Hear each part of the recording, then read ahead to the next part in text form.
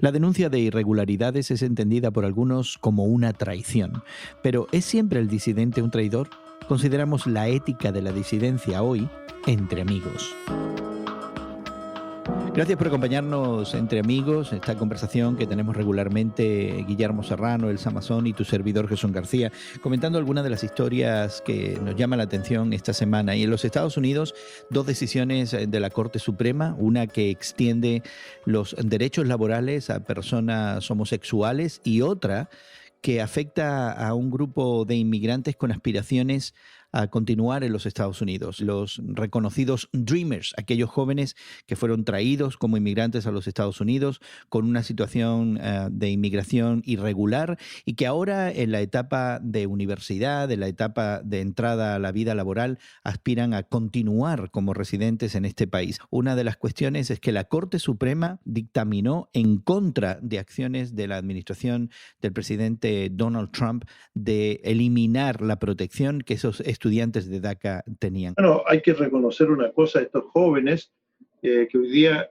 muchos de ellos están estudiando o están en la etapa de buscar un trabajo, fueron traídos a este país por sus padres siendo niños, siendo pequeños, sin saber mucho cuánto a tomar decisiones. Entonces, la única vida que han conocido es la vida de esta sociedad, de este sistema, y por lo tanto, creo yo que en justicia la Corte Suprema ha reconocido esta necesidad de estos niños y estos jóvenes hoy día de hacer su vida en un sistema al que están familiarizados. Y me parece también, si no escuché mal la noticia, que estos muchachos que pertenecen a este grupo de DACA podrán también someter, digamos, sus documentos para proceder a la obtención de una ciudadanía de los Estados Unidos, ¿no es así? Bueno, primero la residencia, ¿no? Primero la residencia legal. Todavía una larga carrera, pero yo creo que esta decisión les da por lo menos la confianza para proseguir en este sistema mirando al futuro, ¿no? Otro de los dictámenes de la Corte Suprema, como mencionábamos al comienzo, es la extensión de los derechos laborales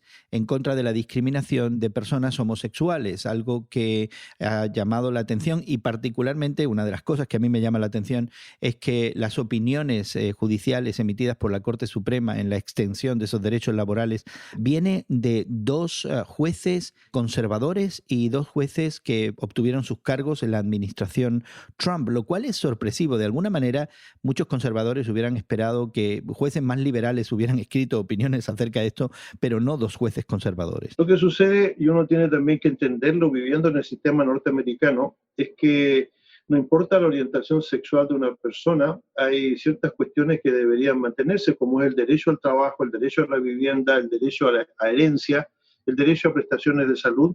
Y yo creo que los jueces de la Corte Suprema están mirando a todo eso que significa vivir en un sistema no solamente multirracial, pero con múltiples estilos de vida como es la sociedad norteamericana. Desde el punto de vista de los predicadores, de los pastores conservadores en los Estados Unidos, podría presentar ciertas dificultades por la hermenéutica bíblica que se toma en contra de la homosexualidad desde el púlpito.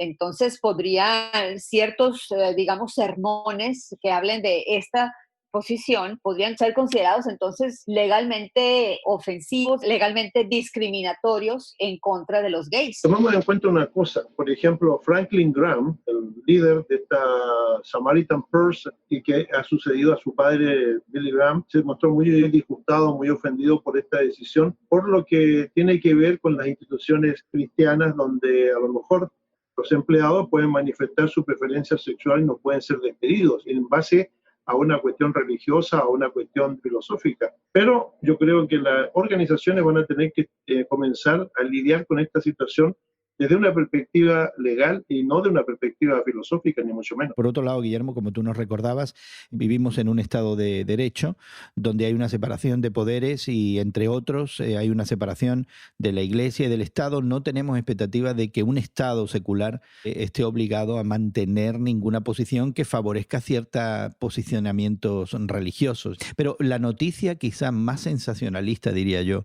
que estamos experimentando en los Estados Unidos al final de la semana es la publicación del libro del que fuera asesor de seguridad nacional, John Bolton, que pudiera ser comprometedor para la administración del presidente Donald Trump. Hay aquí precedentes legales en cuanto a la libertad de prensa, libertad de información, que viene desde varios años para acá, en donde los presidentes, el Ejecutivo quiere de alguna manera censurar algunas publicaciones y la ley no se lo ha permitido. Así que yo creo que este libro va a ver la luz y va probablemente a hacer una alta venta, y yo creo que habremos muchos que lo habremos de comprar.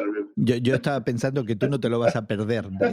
Realmente todo esto también creo que alienta la publicidad por el libro y las expectativas de que al salir a la venta muchos de nosotros vayamos a comprarlo inmediatamente, Elsa. A mí me llama mucho la atención que el embajador John Bolton haya tan prontamente sacado un libro el cual expone revelaciones en cuanto al comportamiento, las intenciones del presidente Trump de tomar decisiones en contra del país, en contra de los Estados Unidos para favorecerlo, preparándose para las elecciones. Y creo que el núcleo republicano, el núcleo conservador dentro de los votantes del país se va a ver un poquito dividido, digamos, como lo estamos viendo surgir ahora. No es el primer consejero que estuvo cerca de Trump en sacar un libro. Así que no me sorprende que estos asesores, después que salen de la administración, a lo mejor son muy humillados o maltratados, y es su manera de vengarse, ¿no? ¿Es toda disidencia una traición? Yo estoy pensando de que no es poco común de que muchos que han ocupado puestos y cargos de alto nivel, que tienen acceso a información privilegiada, de alguna manera cuando termina su término salgan y cuenten las cuestiones que se producían dentro y que son desconocidas para la opinión pública norteamericana. Es una práctica común y una oportunidad de hacer algún dinero, no solamente para John Bolton, sino para muchos que han hecho esto.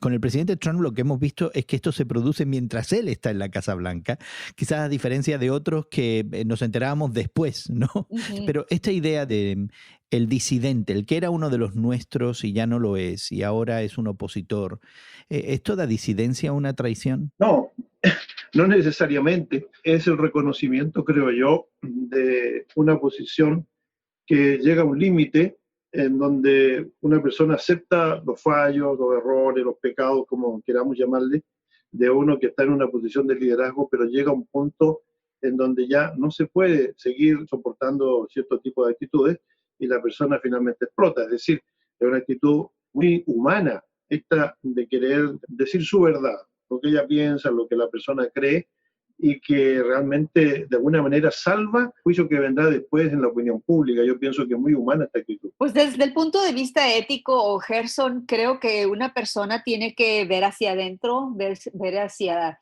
dentro de sí mismo, y vale la pena decirlo, el embajador John Bolton ha sido invitado dentro de programas de la cadena de Radio Moody varias veces a nivel nacional, y pues hemos estado de verdad muy, muy agradecidos por darnos de su tiempo, de su cooperación para enseñarnos acerca de muchas situaciones a nivel político, a nivel nacional e internacional en los Estados Unidos y con las Naciones Unidas, y en situaciones que suceden a nivel global. Y él nos ha ayudado a entendernos, a nosotros, a nuestra audiencia. Veremos ahora cuáles son los resultados y qué imagen libra después de todo esto, la publicación del nuevo libro del embajador Bolton. En el ámbito de la religión, de la espiritualidad, parece que tenemos menos tolerancia a este tipo de actitudes, donde una persona que pertenecía ya no pertenece, una persona que era nuestra aliada ahora puede ser nuestra opositora. De alguna manera, cuando venimos al ámbito de la religión, la disidencia no se ve bien. Yo lo que pienso, Gerson, es al escucharte con estas descripciones de la disidencia, pienso mucho en los profetas del Antiguo Testamento. El Señor les dio palabra para el pueblo y no era palabra grata, era muchas veces palabra de condenación, palabra de amonestación por la dirección en la que están llevando a la nación de Israel, por la manera en que están usurpando puestos de liderazgo, y a estos profetas a quienes Dios les dio su palabra, que no era grata a los oídos de muchos, los consideraban precisamente disidentes y protestaban contra ellos. Incluso muchos profetas terminaban pagando con la vida, pero ellos mantenieron su fe, su obediencia a Dios nuestro Señor, diciendo lo que Dios les decía, que no favorecía a los líderes de su tiempo. La adhesión a valores y a principios es una cuestión legítima. Por eso existen los partidos políticos y por eso existen las religiones y por eso existen los clubes y las asociaciones. Uno mantiene cierta adhesión a ciertos postulados, pero cuando esos postulados y esas filosofías no cuadran con lo que uno ha aprendido, ahí comienza entonces la disidencia, y en un momento determinado Jesucristo se vio enfrentado a gente que comenzó a abandonar el grupo, ¿no? a irse. Y entonces, cuando se quedaron 3 o 4 de sus discípulos, Jesucristo le hizo una pregunta realmente dramática, le dice: ¿ustedes también se quieren ir? O sea, él se dio cuenta de que algunas de las enseñanzas de él eran terriblemente comprometedoras, eran una cuestión de vida o muerte, y entonces yo creo que uno puede adherirse a los principios éticos y a las enseñanzas cuando estas están encuadradas dentro de lo que uno ha recibido en cuanto a la fe. Pero más allá de una perspectiva humana, uno tiene derecho a la disidencia, ¿no? ¿Y Jesucristo nos invitaría entonces, Guillermo, a ser disidentes en algunos momentos? Bueno, solamente cuando las enseñanzas de la Escritura, ¿verdad?, se ven traicionadas. Por ejemplo, para mí la regla de oro, ¿no?, que encontramos en Mateo capítulo 5, ¿no?, las llamadas bienaventuranzas, cuando alguna de estas bienaventuranzas no se busca, uno apodera de ella como algo fundamental en la vida, probablemente hay una disidencia que a lo mejor no está muy bien vista, pero realmente esas bienaventuranzas son una enseñanza clara de que la vida cristiana no es una cuestión fácil. O sea, la disidencia puede estar, aunque legítimamente a lo mejor sea muy criticada por algunas personas. Pues quisiéramos animarte a considerar estos temas, querido amigo, querida amiga que nos acompañas, a explorar con nosotros a veces lo que implican a otros niveles en nuestra existencia humana, y puedes interactuar, conversar con nosotros visitando nuestra página en internet radiomoody.org, o también puedes encontrarnos en Twitter. En Twitter somos Tus Temas de Hoy en Twitter. Queremos agradecer mucho el trabajo de producción que se hace tanto en Sao Paulo, Brasil, y en la ciudad de Chicago, y que hace posible que esta conversación entre amigos llegue hasta ti. A nombre de Guillermo Serrano y Elsa Masón, tu servidor Jesús García te agradece el tiempo que has invertido en conversar con nosotros, y esperamos encontrarte en otra ocasión. Que pases un buen día y que Dios te bendiga.